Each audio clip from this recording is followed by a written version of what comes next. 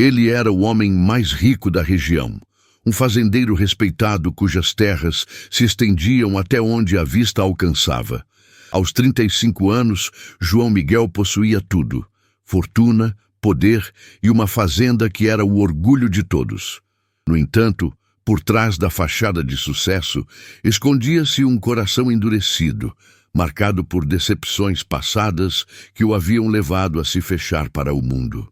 Ele vagava por seus vastos domínios, um rei em seu castelo de solidão, observando em silêncio a vida pulsar ao seu redor, mas sem realmente participar dela. A riqueza, por mais imensa que fosse, não conseguia preencher o vazio deixado pela ausência de afeto genuíno. Seus dias eram marcados pela rotina, pela administração de seu império, mas sua alma ansiava por algo mais, algo que ele mesmo não sabia nomear. Em contraste, Maria era a personificação da resiliência. Aos 28 anos, ela era uma mulher simples, batalhadora, cujo passado havia sido um campo de batalha contra as adversidades. Contudo, as cicatrizes não haviam apagado a pureza de seu coração, nem a alegria contagiante que transbordava em seu sorriso. Com a necessidade de recomeçar e a esperança como única bagagem, ela buscou trabalho na fazenda de João Miguel, atraída pela oportunidade e pela promessa de um recomeço. Mal sabia ela que sua chegada seria como uma brisa suave, sopro no deserto árido do coração do fazendeiro. Sua gentileza genuína, sua disposição em aprender e a simplicidade com que encarava a vida começaram imperceptivelmente a desviar o olhar de João Miguel de sua própria reclusão. Era um contraste gritante, mas que de alguma forma começava a fazer sentido em sua existência solitária. Ela só precisava de um emprego para reconstruir sua vida. Ele, de um refúgio em meio à agitação do mundo, um pouco de paz e silêncio para curar feridas antigas. Mas o destino, com sua teia intrincada de coincidências e encontros, não se importa muito com os planos meticulosamente traçados pelos humanos. Ele segue seu próprio curso, guiado por necessidades mais profundas e muitas vezes desconhecidas. Isabela, com seus 28 anos, buscava apenas a estabilidade que o trabalho em uma fazenda aparentemente tranquila poderia oferecer. Ela jamais poderia imaginar que seu destino a levaria para a mansão isolada na serra, onde viveria um homem envolto em mistério e melancolia, Eduardo Vasconcelos. Todos sussurravam sobre sua frieza, sobre um coração que teria sido enterrado junto com sua esposa, vítima de uma tragédia anos atrás. Eduardo, aos seus 40 anos, era um enigma a ser desvendado. Sua figura imponente, a riqueza inquestionável e a aura de distanciamento criavam uma barreira quase intransponível ao redor dele. A vida parecia ter-lhe retirado a capacidade de sentir, deixando apenas o eco de uma dor que ele tentava a todo custo manter sob controle. Mas em meio àquela armadura de gelo, Isabela vislumbrou algo mais. Um cansaço profundo, uma dor mal disfarçada que a impeliu a querer enxergar além da fachada, a desvendar o homem por trás do mito. O que começou como uma relação profissional, marcada pela distância e pela rotina estrita de cuidar do filho de Eduardo, logo começou a ser permeado por olhares mais demorados, por silêncios carregados de significado e, gradualmente, por sentimentos que nenhum dos dois estava preparado para enfrentar. Promessas foram feitas, juramentos selados na solidão de seus corações, mas o amor, quando verdadeiro, tem o poder de reescrever qualquer roteiro.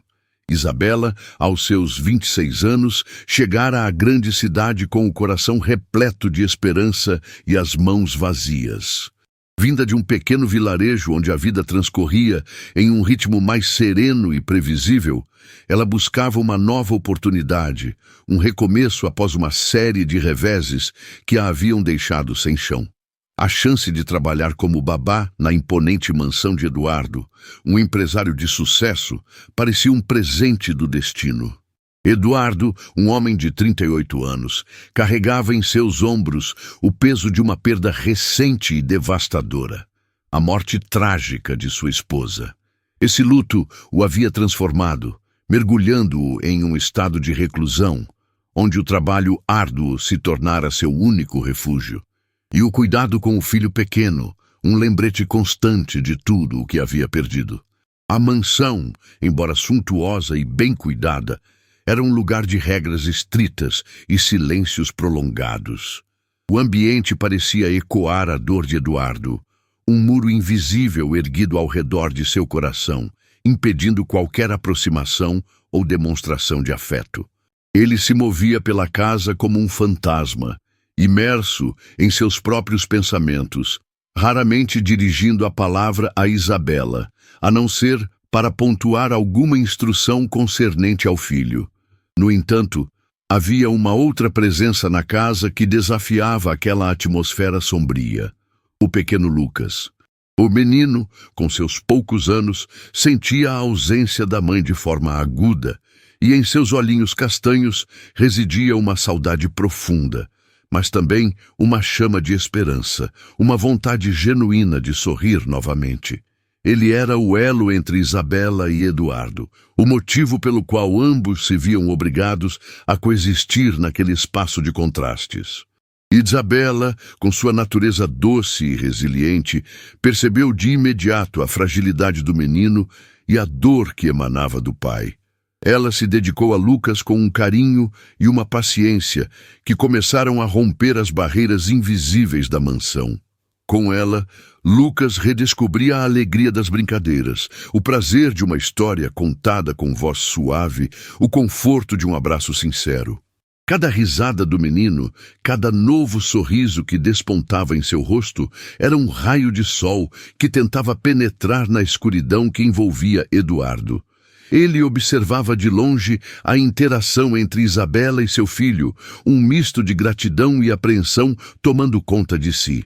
A presença dela, antes apenas uma necessidade prática, começava a se tornar algo mais, um elemento perturbador em sua rotina cuidadosamente construída para evitar a dor. O primeiro encontro entre Eduardo e Isabela foi tão formal quanto se podia esperar, marcada por um distanciamento deliberado e uma comunicação estritamente profissional. Ele, imerso em suas próprias dores e responsabilidades, a tratava como mais uma peça em sua complexa engrenagem de vida, ditando regras e horários com uma frieza que beirava o desinteresse. Isabela, por sua vez, absorveu cada instrução sem reclamar, compreendendo a carga que ele carregava. Seu foco, no entanto, rapidamente se deslocou para o pequeno Lucas. Nos olhos do menino, ela via um reflexo da solidão de Eduardo, mas também uma fagulha de inocência e necessidade de afeto que ela se sentia compelida a nutrir. Cada interação com Lucas era um ato de delicadeza, um cuidado que contrastava fortemente com a atmosfera gélida da mansão. Ela brincava com ele no jardim, lia histórias antes de dormir com uma voz que acalmava qualquer tempestade, e gradualmente preenchia os espaços vazios com risadas genuínas e abraços apertados. Eduardo, embora tentasse manter sua postura de distanciamento, não conseguia ignorar a transformação que ocorria em sua casa. De sua escrivaninha, escondido atrás de documentos e planilhas, ele observava Isabela e Lucas. Via a forma como ela segurava a mãozinha do filho, como seu rosto se iluminava ao vê-lo sorrir, como sua presença irradiava uma calma contagiante. Eram cenas que ele havia esquecido que existiam, que haviam sido apagadas pela dor. Algo dentro dele, algo que ele acreditava estar sepultado para sempre, começou a despertar sutilmente. Era uma sensação incômoda, uma mistura de reconhecimento e receio. Ele sabia que Isabela estava ali para cuidar de Lucas e nada mais. Qualquer outra interpretação seria um luxo que ele não podia se permitir. Contudo, os gestos de Isabela para com Lucas eram mais do que apenas profissionalismo, eram atos de pura bondade. Ela percebeu que o menino sentia falta do cheiro das flores que sua mãe costumava cultivar e, contra todas as expectativas, começou a trazer pequenos arranjos do jardim para o quarto dele. Descobriu que Lucas adorava desenhar e, em vez de se limitar a supervisioná-lo, passou a desenhar com ele, incentivando sua criatividade.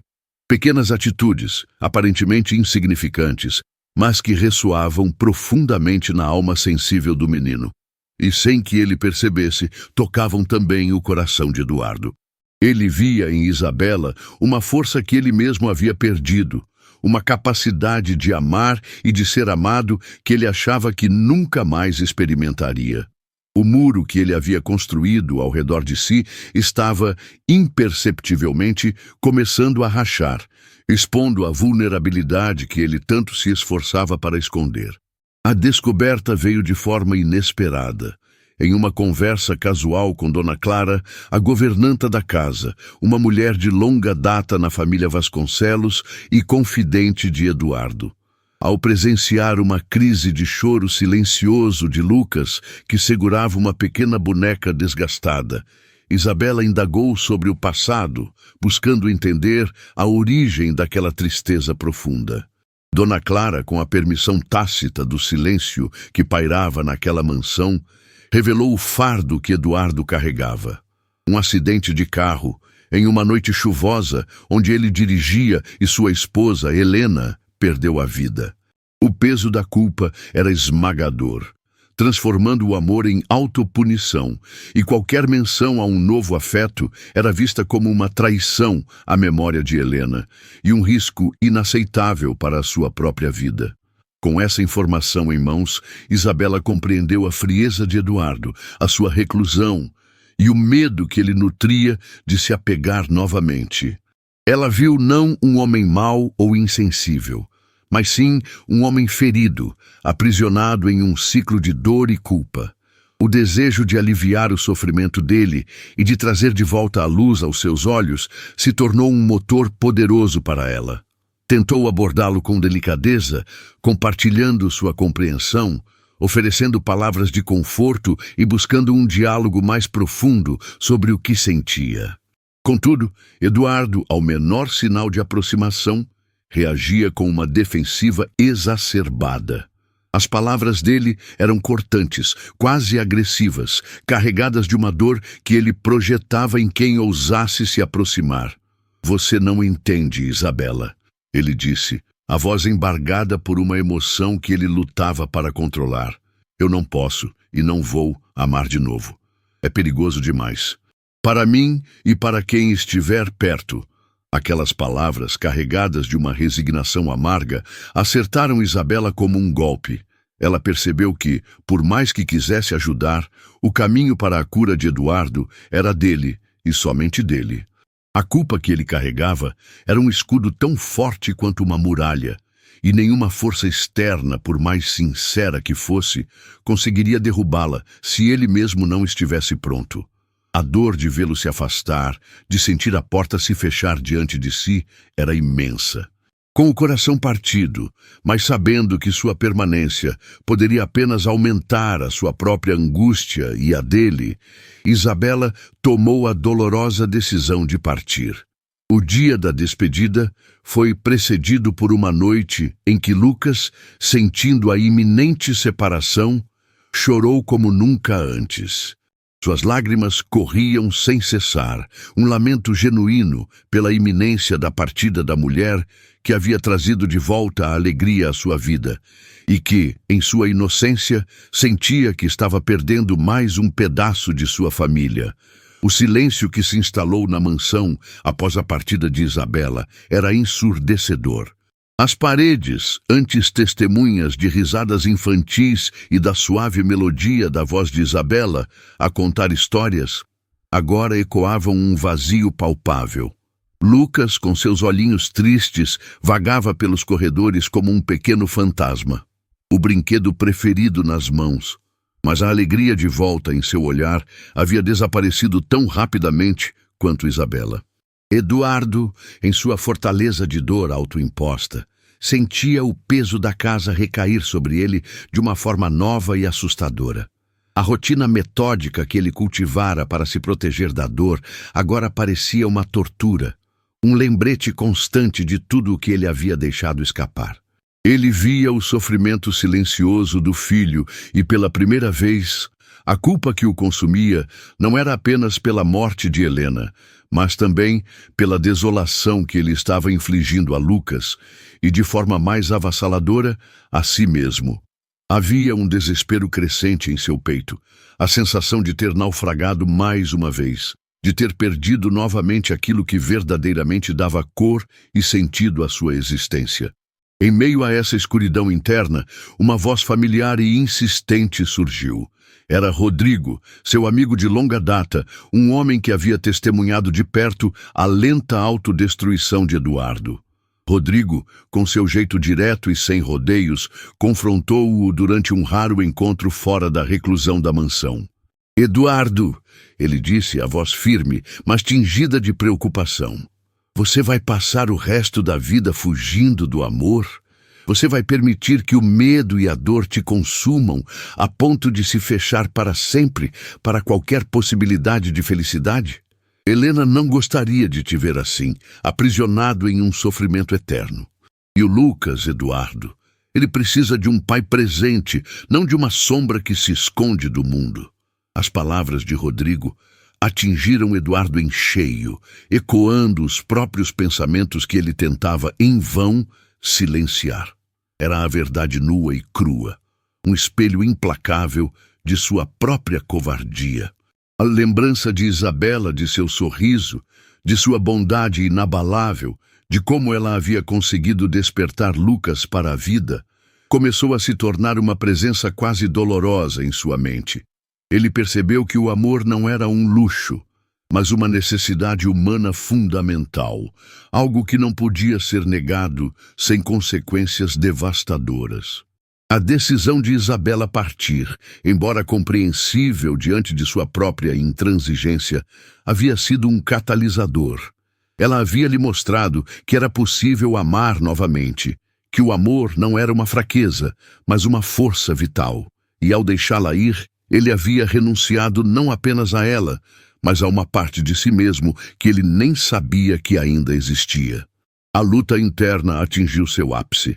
O medo da dor contra a imensa necessidade de preencher o vazio que Isabela deixara, e que agora se manifestava de forma avassaladora em sua vida e na de seu filho. A confrontação com Rodrigo, embora difícil, foi o impulso que ele precisava para começar a questionar a solidez de sua própria armadura, para considerar a possibilidade, por mais aterrorizante que fosse, de lutar pelo que realmente importava. O impacto da partida de Isabela foi mais profundo do que Eduardo jamais poderia ter imaginado. A mansão parecia ter perdido sua luz, e o riso de Lucas, antes um eco reconfortante, agora era uma lembrança dolorosa.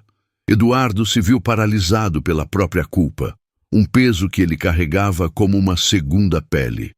Ele tentou se concentrar no trabalho, na administração de seus negócios, mas tudo parecia fútil, desprovido de sentido, sem a presença que havia trazido um sopro de vida ao seu mundo cinzento. A imagem de Isabela, sua gentileza, sua força silenciosa, seu olhar compreensivo, assombrava seus pensamentos. Ele sabia que suas ações haviam sido guiadas pelo medo, pelo pavor de reviver a dor, mas agora a dor da ausência era igualmente insuportável. Rodrigo havia plantado uma semente de dúvida, e essa semente, regada pela própria desolação, começava a germinar. Tomado por um impulso que superava qualquer raciocínio lógico, Eduardo decidiu agir. Ele dirigiu pelas estradas sinuosas que levavam ao vilarejo de Isabela, o coração martelando no peito com uma mistura de esperança e apreensão. Ao chegar, a visão de sua humilde residência o atingiu com força. Era um lugar simples, mas carregado de uma serenidade que contrastava com a opulência vazia de sua própria casa. Ele a encontrou ali, sentada na varanda, com um livro no colo, mas seus olhos pareciam perdidos na distância. Respirando fundo, Eduardo se aproximou, a voz embargada pela emoção que ameaçava transbordar. "Isabela", começou ele, cada sílaba carregada de um peso que ele jamais sentira antes. "Eu sei que errei. Sei que te afastei com meu medo, com minha dor. Eu não sei amar direito, sempre fugi disso, mas você me mostrou que é possível. Me mostrou que a vida pode ter cor novamente, que eu posso sentir algo além da mágoa. Eu não quero mais fugir. Quero tentar. Por você, por mim e principalmente por Lucas." Isabela o olhou, surpresa e visivelmente abalada. Havia uma vulnerabilidade genuína em seu olhar, uma sinceridade que ela não podia negar. Por um momento, a hesitação se apoderou dela. A ideia de retornar àquela vida, de enfrentar novamente os fantasmas que assombravam Eduardo, era assustadora. Ela se lembrava das palavras duras, da resistência dele em se abrir. Contudo, ao observar a profundidade do arrependimento em seus olhos, a angústia genuína em sua voz, e ao lembrar do sorriso que ela havia conseguido arrancar de Lucas, uma esperança teimosa floresceu em seu coração. Ela viu não o homem rico e poderoso, mas um homem quebrado, buscando desesperadamente uma segunda chance. Sim, ela também queria ficar. Queria acreditar na redenção, na força transformadora do amor. Um leve sorriso brotou em seus lábios, uma promessa silenciosa de que, juntos, eles poderiam tentar. Os meses que se seguiram foram um bálsamo para as almas feridas de Eduardo e Isabela. A mansão, antes um santuário de solidão e tristeza, transformou-se em um lar vibrante, repleto de vida e de uma alegria genuína que parecia ter sido esquecida. O jardim, antes um espaço negligenciado, agora florescia com cores vibrantes, um reflexo da primavera que desabrochara nos corações de seus moradores. Os corredores, antes silenciosos e melancólicos, agora ressoavam com o som contagiante das risadas de Lucas, um testemunho vivo da cura que se manifestava a cada dia. A presença de Isabela era o sol que banhava aquela casa, aquecendo cada canto com seu amor e sua dedicação incondicional. Lucas, antes um menino retraído e marcado pela perda, agora era a personificação da felicidade. Corria livremente pelos cômodos, seus olhinhos castanhos brilhando de contentamento, sempre em busca dos braços acolhedores de Isabela e Eduardo. Aquele reencontro, aquele abraço que selou a reconciliação, havia aberto as portas para um novo começo, uma nova dinâmica familiar, onde o amor era a base de tudo. Isabela, com sua força e ternura, havia não apenas conquistado o coração de Eduardo, mas também o de Lucas, construindo com eles um vínculo inquebrantável, uma aliança de afeto e compreensão mútua. Ela havia encontrado o amor em um lugar que ela jamais ousara imaginar, transformando a dor em esperança e a desolação em um futuro promissor. Eduardo, por sua vez, redescobria a alegria de viver através dos olhos de sua nova família. A dor da perda de Helena ainda existia, uma cicatriz permanente em sua memória, mas não era mais o centro de sua existência. O amor que ele sentia por Isabela e por Lucas não apagava a saudade, mas a transfigurava, dando-lhe um novo significado. Era um amor que coexistia com a lembrança, que honrava o passado, ao mesmo tempo em que construía um futuro. Ele aprendeu que o amor não é uma competição, mas uma expansão, uma capacidade infinita de acolher novas experiências e novos sentimentos sem diminuir o valor daqueles que vieram antes. Ele havia aprendido a amar novamente, a se permitir ser vulnerável, a confiar na força que o amor trazia, tornando-o não mais um homem assombrado pela dor, mas um homem renovado pela esperança e pela felicidade que havia encontrado ao lado de Isabela.